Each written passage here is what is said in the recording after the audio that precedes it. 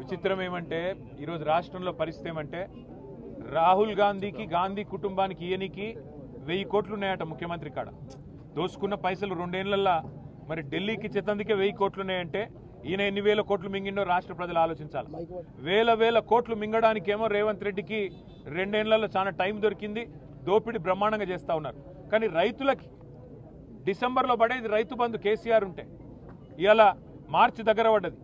మార్చికి కూడా ఇంతవరకు రైతు బంధు ఇచ్చే ముఖం లేదు రేవంత్ రెడ్డికి.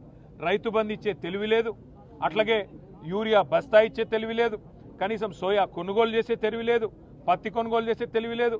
మరి ఇట్లాంటి సన్నాసిని ముఖ్యమంత్రి చేసినందుకు ఈ అవస్థలు రైతన్నలకు కూడా ఇంకో కొంతకాలం తప్పదు. కానీ ఒకటి మాత్రం పక్క, గాంధీ కుటుంబానికి ఇచ్చే 1000 కోట్లు నీ అయ్యసొమ్మ నీ అబ్బసొమ్మ ఏడికెళ్ళి తెచ్చినావో రేవంత్ రెడ్డి రాష్ట్ర ప్రజానికానికి సమాధానం చెప్పాలి. ఎన్ని వేల కోట్లు నువ్వు దోపిడీ చేస్తే మరి గాంధీ కుటుంబానికి 1000 కోట్లు ఇస్తానంటున్నావు. అది తెలంగాణ ప్రజల రక్తమాంసాలు కాదా? తెలంగాణ ప్రజల చెమట కాదా? ఇక్కడి ప్రజల సొత్తు నువ్వు దోపిడీ చేసి గతంలో నోటుకి దొరికిపోయిన ఓటుకి నోటు కేసులో ఇవాళ 1000 కోట్లు అని చెప్పి ఓపెన్గా చెప్తుంటే మరి బీజేపీ ఏం చేస్తున్నది? కేంద్ర సంస్థలు ఏం చేస్తున్నాయి? ఈడీలు, సిబిఐలు, ఐటీలు ఏం పీకుతున్నాయని అడుగుతున్నా నేను. ఏం చేస్తున్నారు మీరు?